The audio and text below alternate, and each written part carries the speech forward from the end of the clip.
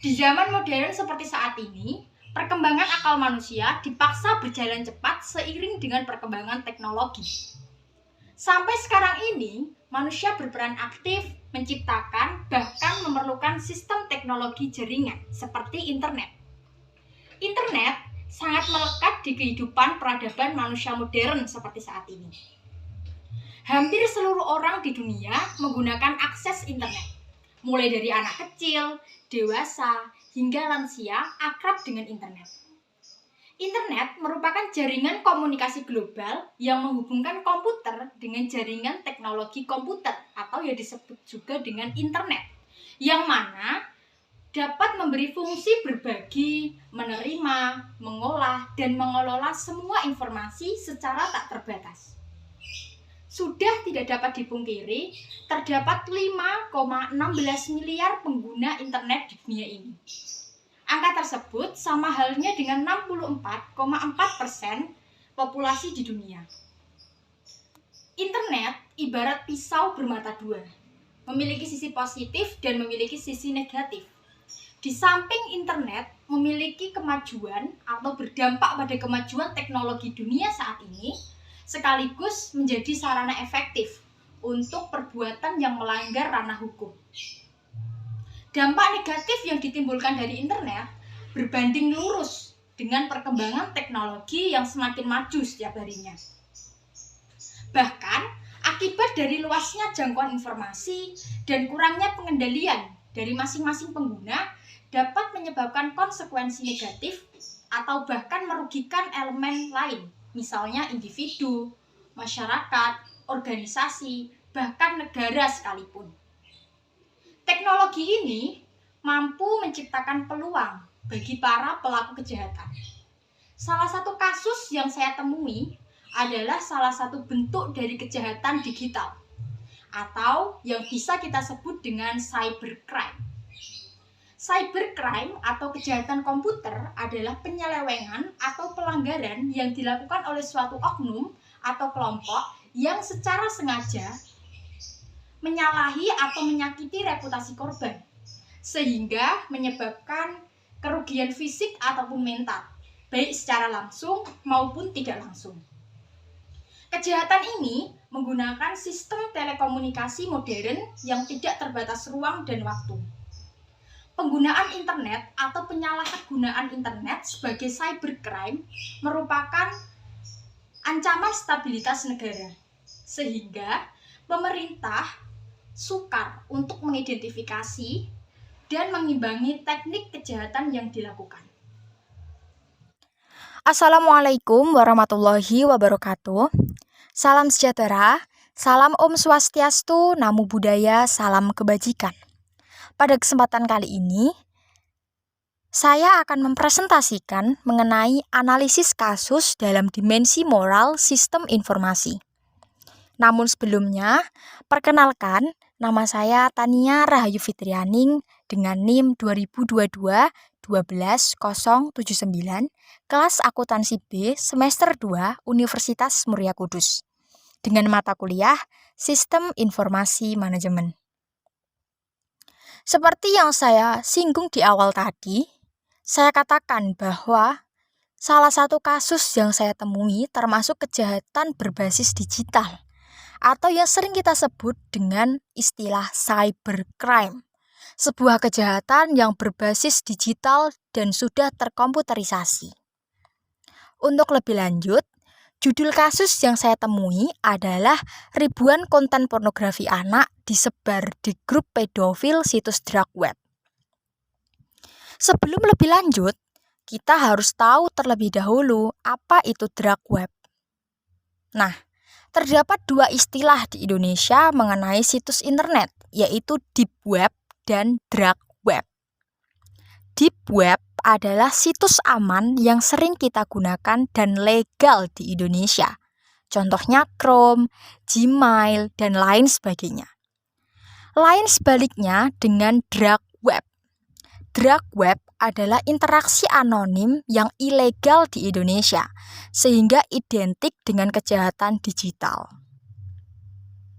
Nah, untuk validasi kasus yang saya temui, Saya menemukan kasus ini di laman berita Kompas Yogyakarta dan dibawakan juga oleh channel Tribun News pada platform YouTube.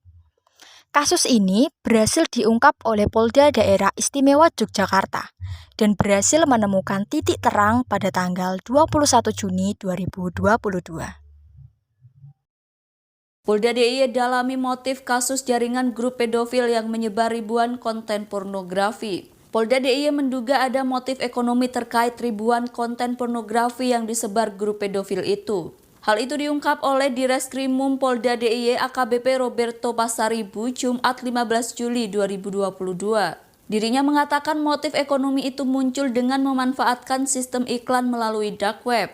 Dark web merupakan website yang dijadikan pelaku kejahatan cyber untuk meraup keuntungan. Nah, selanjutnya mengenai deskripsi kasus yang saya temui.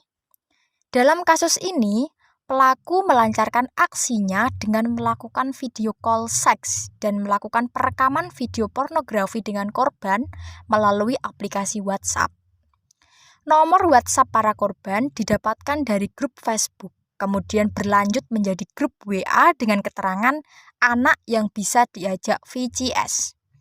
VCS ini termasuk singkatan dari video call seks. Polisi dapat mengetahui kasus ini setelah adanya laporan bahwa terdapat 3 anak yang dihubungi oleh seseorang yang tidak dikenal. Diawali dengan chatting, mengaku sebagai teman sebaya atau kakak kelas. Lalu pelaku mengajak video call. Korban tersebut kaget dan menangis setelah dihubungi pelaku. Anak perempuan berusia 10 tahun tersebut menjelaskan secara rinci mengenai permintaan pelaku saat video call. Sampai saat ini, polisi masih mendalami lebih jauh bagaimana nomor ponsel korban dapat tersebar. Menurutnya, perlu cukup waktu untuk menganalisis barang bukti dengan bantuan laboratorium digital forensik. Lalu, setelah adanya proses perekaman tersebut, selanjutnya video pornografi tersebut akan disebarkan melalui situs dark web, khususnya grup pedofil.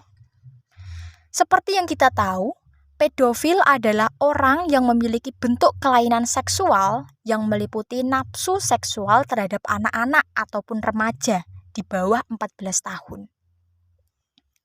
Memang terdengar mengerikan, namun tidak dapat dipungkiri hal tersebut merupakan fakta yang terjadi di Indonesia.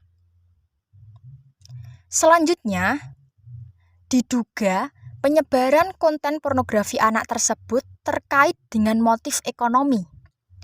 Dugaan itu muncul karena pelaku memanfaatkan sistem iklan melalui dark web. Layaknya media sosial yang lain, dark web juga memiliki sistem monetisasi yang nantinya dapat diuangkan melalui layanan iklan. Iklan tersebut dapat muncul secara otomatis apabila konten yang diupload oleh pengguna mendapatkan eksistensi yang besar dari banyak orang.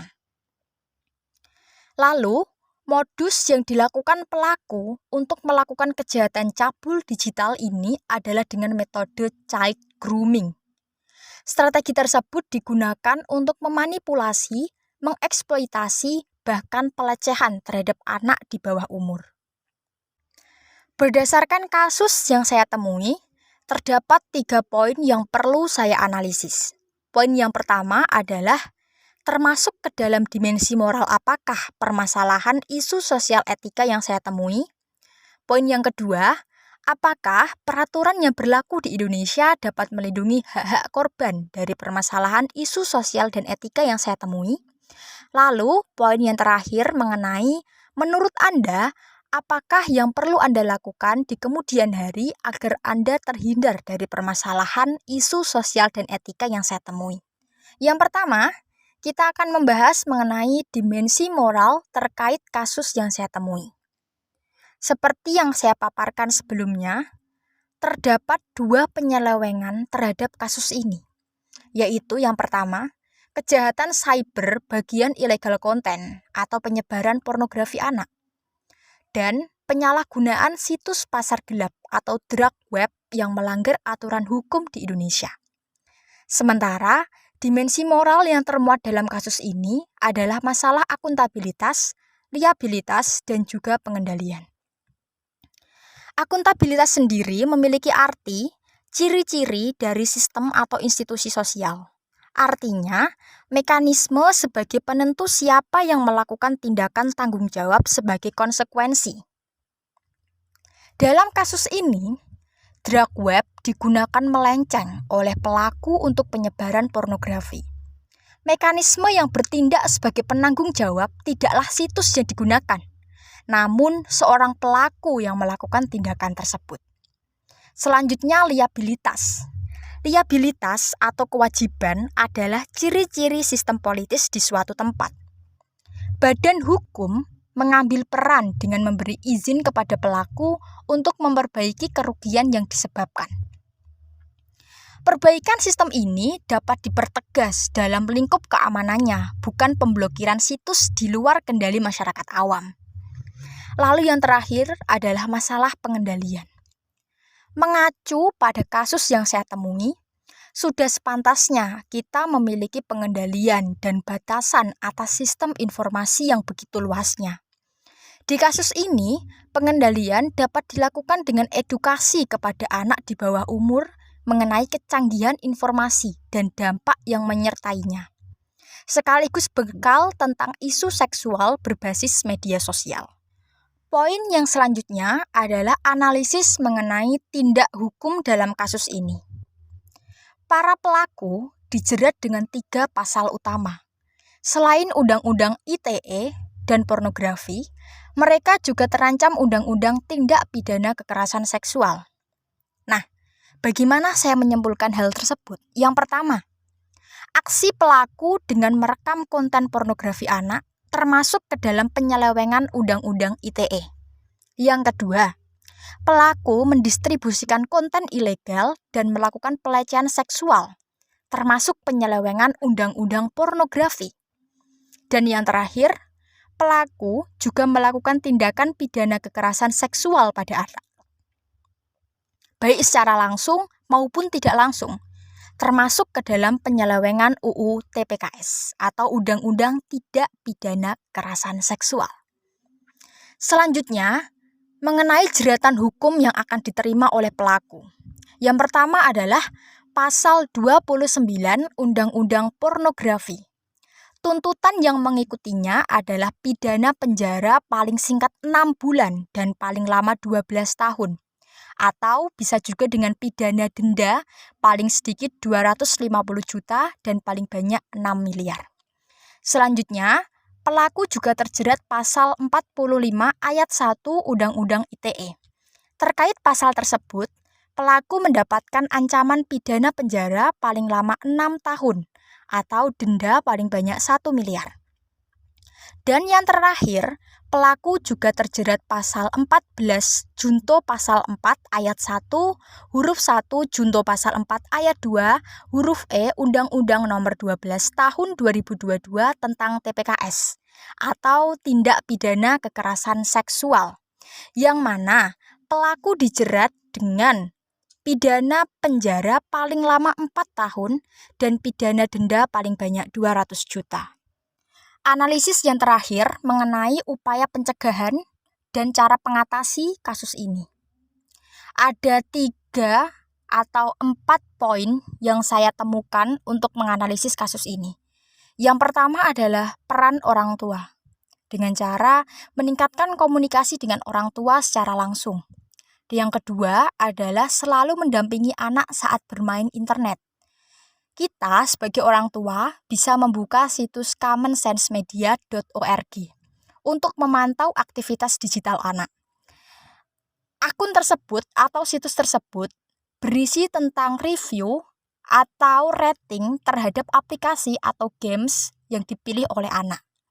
Dan yang terakhir adalah dengan mendiskusikan aturan dasar terkait internet di rumah, juga aturan tentang waktu dan tempat saat penggunaan internet dilakukan. Sekaligus kita sebagai orang tua juga perlu adanya sanksi. Bagi pelanggar kesepakatan juga perlu dicantumkan dalam aturan tersebut. Yang selanjutnya, tidak kalah pentingnya dari peran orang tua adalah peran pihak sekolah.